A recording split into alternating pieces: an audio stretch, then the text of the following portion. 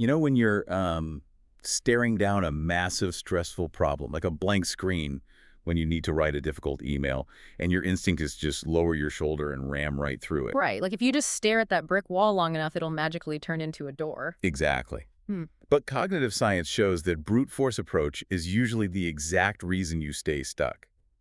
So today, we're exploring author Naveen Sinha's concept of the ask technique. Yeah, and specifically why the secret to shattering a mental roadblock isn't forcing your focus, but actually letting your questions become completely fluid. Okay, let's unpack this, because usually when we're stuck on that email, we ask the same question over and over, right? Like, why can't I figure this out? Or why am I so blocked? And that repetition creates mental inertia.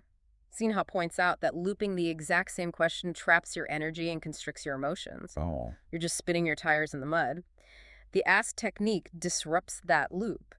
But it's not just asking, why am I stuck out loud? It's about asking open-ended, fluid questions without demanding an immediate answer from yourself, letting them just surface and flow naturally. so is this like unkinking a garden hose to let the water rush through? But instead of water, we're talking about releasing that physical tension that builds up behind one tight bend. The hose is a really good starting point, yeah. Yeah. But think of it more like releasing physical pressure valves. Singha explains that the ask technique straightens the mental loop. Straightens the loop. Got it. Yeah, and this forward movement of your consciousness, simply allowing new questions to exist, causes that pent-up inertia to drop. You set your mind back in motion rather than letting it stagnate in one spot. Exactly. Hold on, though. If the pressure is released and things start flowing again, where does it actually go? Well, that's the thing. Because if my problem is that work email, I obviously expect the answers to be about work.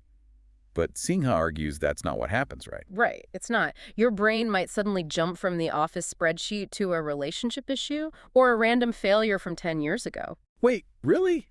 Isn't that just a distraction? Like, why should I indulge that? It definitely feels like a distraction at first, but it's actually the core of the process. Yeah. Sinha provides a crucial why here.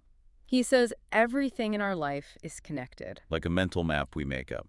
Actually, no, not a logical mental map. He means every event and emotion is somatically connected. Somatically. Yes. Like physically in the body. Yes. They are tied together in a tangible, physical way inside your body. That mental block about the spreadsheet might be physically linked to tension in your chest. Oh, wow. That actually originated from an argument you had with friends last week. So it's like going to a physical therapist for a sharp pain in your knee, and they start massaging your lower back. Exactly. You can't just demand they only focus on the knee. You have to follow the connected tissue to find the actual source of the tension. So it's literally like unrolling a rug. Unrolling a rug. Yeah, you can't just teleport to the middle of the rug. You have to unroll whatever lies next on the pathway to get there. That's a great parallel. We constantly want results on one specific topic, so we try hard to force our focus there. But because of this physical, somatic connection, choked energies from all walks of life influence each other. So you cannot experience a breakthrough in your career until you... Until you dissolve the bottled emotions that sprang up from a totally different place, yes. Here's where it gets really interesting. This technique has its own inherent flow. Singha is clear that you cannot force an agenda. No, you can't. If you allow spontaneous movement without trying to control what that flow should be, it will guide you to emotions, experiences, and insights you never thought possible. You have to follow the connected tissue of your mind. Which completely shifts how we approach problem solving. True problem solving requires surrendering to those natural, interconnected pathways. It's about yielding to the flow rather than fighting the current to stay in one comfortable, logical spot. So what does this all mean for you listening? It means you can stop trying to ram your head into that brick wall we talked about earlier. Letting your questions untangle naturally is how you actually find the door. Yeah, just let the pressure valves release. And it leaves me with one final thought to mull over.